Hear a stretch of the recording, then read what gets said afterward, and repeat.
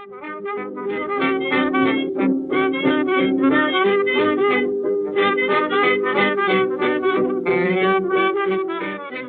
grew up, as many of his generation did, in a family of modest means. He never spoke much about his childhood and would say, "Ask your mother, she's the storyteller." His father had a factory job as a molder and died when he was in college. His mom was a homemaker who died in 1960. Our Aunt Helen, Dad's older sister, seemed very glamorous to us. She was widowed early on and never had children. She visited occasionally, and we were thrilled with the lovely clothes she would send on birthdays and Christmas. The other relatives we knew were dear Aunt Edna and Uncle Joe. They were in fact Dad's aunt and uncle. Edna and Joe never had children, and they supported Bob and Helen while they were growing up and beyond. My dad remained close to both Edna and Helen the remainder of their lives. When Helen died in 2006, I was able to go with my dad to Hamilton for her funeral. It was a really special trip for me as it was finally a glimpse into his early life. I saw the house he grew up in, and he talked about how his dad had a garden out back that he liked to putter in after work.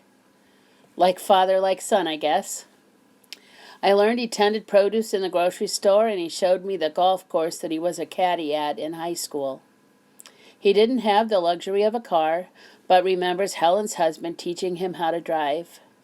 He said he knew that Hamilton was a dying town way back in 1950. That's when he came out to Seattle to work for Boeing. Mom and Dad met at a dance. She said he was so handsome with his dark, wavy hair and white dinner jacket. They married in 1953 and headed to Wichita, Kansas, courtesy of Boeing. He was really skinny when they met, 6'1" and 160 pounds.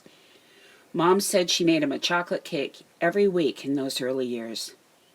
Kansas is remembered for the arrival of daughter Linda and making lifelong friendships. They returned to Seattle in 1957 and had 2 more daughters, Julie and Diane. The Montgomery family was complete. Our parents provided a stable and loving home for us girls. My mom was the homemaker, and Dad worked at Boeing, as did most of our neighbors' dads. We didn't know much about his job because we weren't allowed to visit the plant.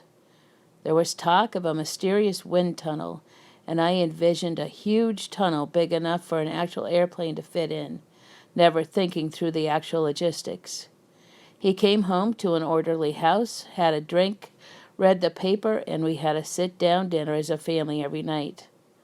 Any disciplinary actions were saved to review with him with the words, "Wait till your father gets home." Some of our fondest childhood memories were the camping trips to Heart of the Hills Campground on the Olympic Peninsula with what we called the Gold Mom station wagon pulling the trailer. It was always an adventure up and down the steep, winding roads. The family time together with hikes, campfires, and ranger programs, singing songs such as Hot Time in the Old Town Tonight, leave warm memories. While Dad was often on the serious side, he had a fun, silly side to him too. When we were little girls, he would get on the floor and play tiger, or morph into Lurch and chase us around the house as we giggled and screamed, not sure if he was really Dad or a monster. One of the funnest games happened after dinner time. He would sit in his chair, very still and quiet, and then slowly start leaning to one side, pretending to be falling out of the chair. We would run to his rescue and push him right up again, all to have him lean to the other side, and then we'd have to run around to the other side of him and rescue him. This would happen again and again. All of these times were fun and full of great laughter. He was a man of few words. Once I'd grown up and moved out, I talked with my mom on the phone often. If my dad answered, he would say, "How's your job? How's your car? How's your money holding out? Here's your mother." I joined my dad at Boeing in 1981, and history repeated itself, as I found an engineer of my own. At one point, all 3 of us reported to the same chief engineer. What a coincidence. Dad's church friends meant a lot to him. The dinosaur group shared wonderful times together, and he made many friends along the way. His faith was important to him, and while he didn't talk as much about it, he lived out his faith by example. Dad served the church in many capacities for over 50 years. The 1980s brought travel opportunities and time with friends. They enjoyed trips to Hawaii and cruises in the San Juans. His last work assignment was in China, which he embraced. Much to our mom's delight, she was included on one of the China trips. He retired in 1988 and gratefully joined Hammer on the Lynx. While Dad was fairly strict and serious and strived to keep us in line, it was probably challenging being the only man living with 4 women. Things changed as his daughters married. He adopted son-in-laws. He really softened up with the birth of his first grandson. The softening continued as he was blessed with 8 grandsons. He was always interested in the lives of his grandsons and enjoyed celebrating birthdays and spending time with them in the workshop, den, and garden, and attending sporting events.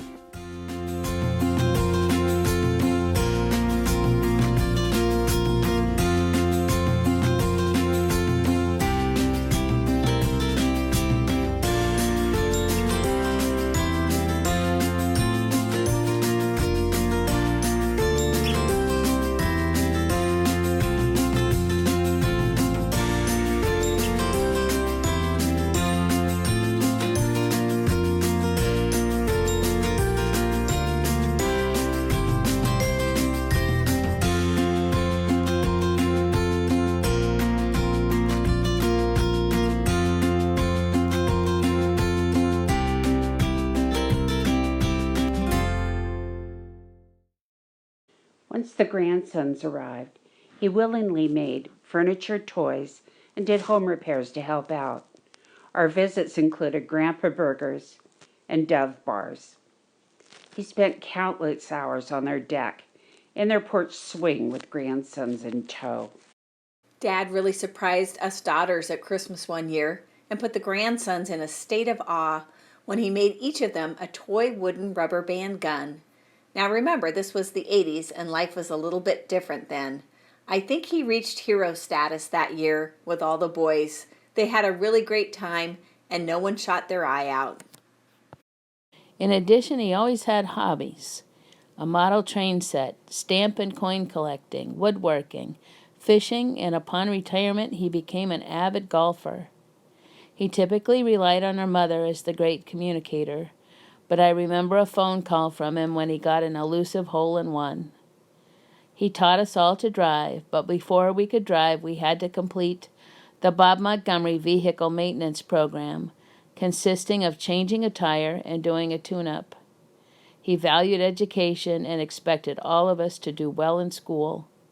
A memorable moment for me was bringing home my only all-A report card from college to show him, and his reply was, "Well, kiddo, looks like you're putting out adequate effort."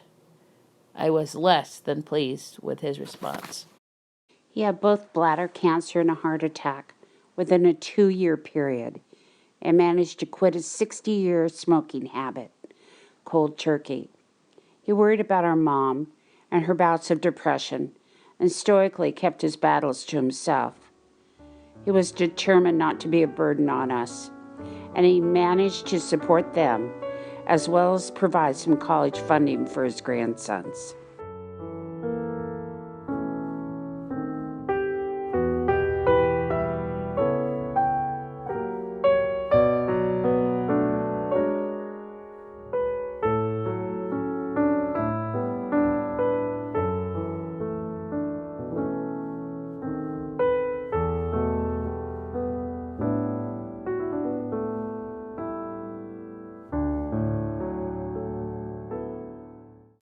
The past few years, the pendulum shifted to us girls looking out for our folks, which I know was really hard for him.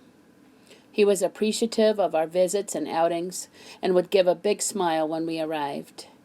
He enjoyed simple things like a ride in the car, seeing kids play at the park, or a swig of beer.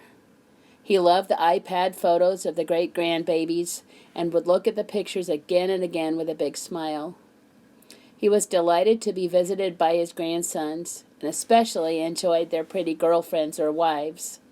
Nothing put a smile on his face like holding the hand of a pretty girl. While his health has been failing for a few years, we had no doubt he would outlive our mom, because that was his job. He was a man of great determination and faith, and quite a role model for his family. We will miss him greatly.